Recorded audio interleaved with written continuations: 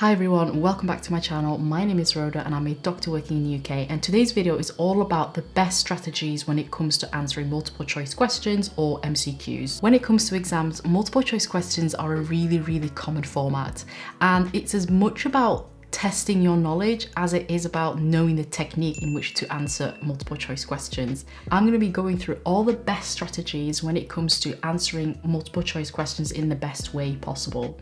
So without further ado, let's get into it. The first one, which may seem really obvious, is to practice.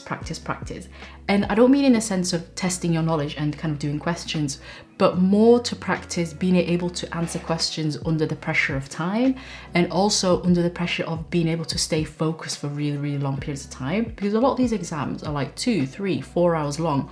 So being able to do that is really important. The next one is divide the exam into quarters. We've all got a tendency, and I used to do this myself, is I'm like, okay, I've got 200 questions and I've got 3 hours. That works out to be like 1.5 minutes per question. So I'm just going to try and keep to that.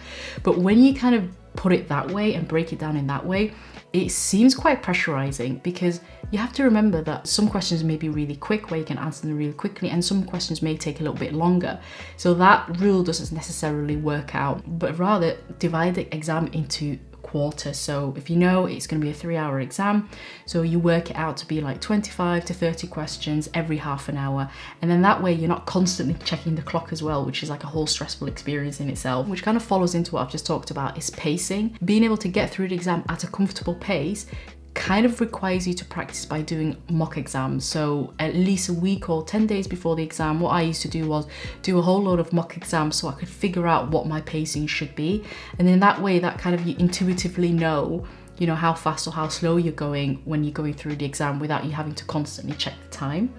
And the other one is reading the question really carefully. And again, this may seem really obvious, but examiners can be a little bit sneaky, a little bit stealthy. We've all got the tendency to skim read, to try and get through the exam as soon as possible. But you may finish the exam really quickly, but that way you're going to be missing really key words and key points that are in the question. And examiners kind of already work that into the question to make sure that you are actually reading the question properly. Just one word can change the entire question. So for example, things like which of the following is not, or which of the following is the most likely. One of the answers can also be all of the above. So that means you looked at the answer like, oh yeah, my answer is in there, but actually you've not looked at the bit that says all of the above, and that may actually be the right answer. So it's really important that what I used to do is I used to practice actually reading the questions and highlighting, if it's like a paper format, keywords that kind of really help. And sometimes, especially at the beginning when we're all a bit nervous, you may actually find that you've read the question and like, oh yeah, I know the answer, but you look through the options and your answer that you're thinking is actually not in there. That is a really important sign for you to reread the question again and make sure they actually understood it properly. And what do we do when we come across a really difficult question, especially towards the beginning of the exam when we're not quite 100% focused? We can really overthink the question and start overthinking the answer. And the more you overthink, the more time you're spending on a question, the more time you're losing.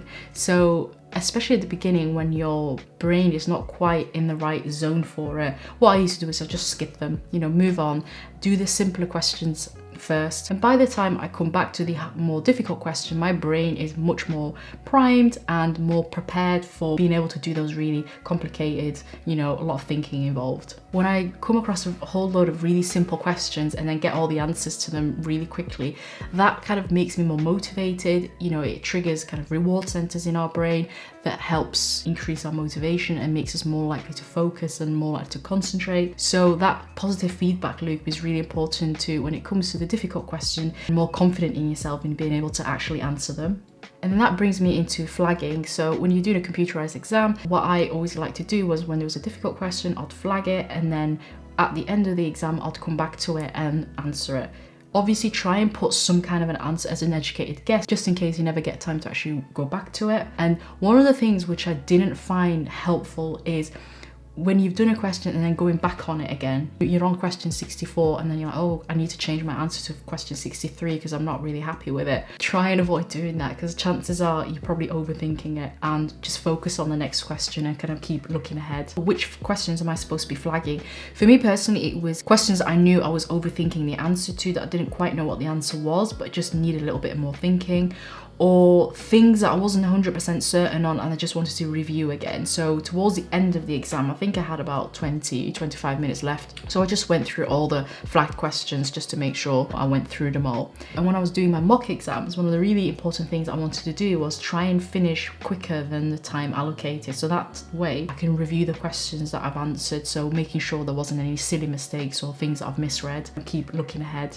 And little tricks, you know, if you genuinely don't know the answer, I used to look at the answers and see if there's something that looks really far-fetched when it comes to clinical exams. If I've never heard of this disease or this symptom that they're talking about, chances are that's probably not the correct answer, because you probably would have come across it during your revision, studying, that type of thing. And then there are going to be questions that you genuinely cannot remember the answer for, and you kind of know it, but you can't quite retrieve it from your brain. And there's something you can take advantage of, which is called context-based memory. And that is where our memories are formed and we can easily retrieve it when we're kind of in that same situation again. So for me, what I used to do was, when it comes to, for example, certain conditions, there's like a stepwise management. I'd talked about this in my videos before. I always like to turn it into more of a diagrammatic format so it looks more easier to kind of work with visually. And if you're consistent with drawing the same diagram or being consistent with how you take your notes, you can almost close your eyes and actually try and visualize a page that you've written something or visualize the kind of mind map or the flow chart or whatever. And in that way you can try and see whether that triggers some kind of a memory. And you know what, a lot of the time it does actually work. And unfortunately, if all fails and you literally cannot remember the answer or you literally cannot answer that question, I think it just comes down to guesswork. Hopefully, if you've prepared yourself well enough, that shouldn't happen. But at the same time, don't be disheartened when you come across a question that you literally cannot find the answer for. And there's always going to be weird questions that examiners love to kind of sneak in there that chances are a lot of people won't be able to answer. And you have to remember those questions tend to form like 1 or 2% of like the whole exam. So don't kind of beat yourself up about it. As long as you've covered the core content, which tends to be around 80% of all the questions out there, then you should be able to pass comfortably. And specifically for the AKT, there are going to be questions where one of the options is going to be to do absolutely nothing. As a GP, a lot of the time patients will be coming in, treatment may be just to do absolutely nothing. So things like watch and wait, safety netting and seeing how they are a week later. And that is when you're using time as a diagnostic tool. So there are a few questions in the AKT that really have the options of doing nothing. It can be a little bit difficult to choose that as an answer because it just seems like not the right answer, but you have to remember that happens a lot in GP in real life. So don't be scared to put don't do anything or something along those lines in the exam. And this is specifically for the AKT. And I think from memory, correct me if I'm wrong, you do get about 5 minutes or so before the actual exam starts, and you are supplied with a whiteboard and a pen. And during that time, what I would do is I'll quickly jot down the stats formulas, the common ones that we have to know. And I think when I also plotted quickly the immunization schedule. So when it came to actually answering statistic questions, I would quickly just refer to my formula without having to be like, oh God, which formula am I supposed to be using? And you can jot down whatever you want, but for me, it was things I was likely going to be forgetting. It was just to make my life a little bit easier. Anyway, guys, that's everything. If you found this useful, please like the video, subscribe to the channel, and I'll see you in the next video.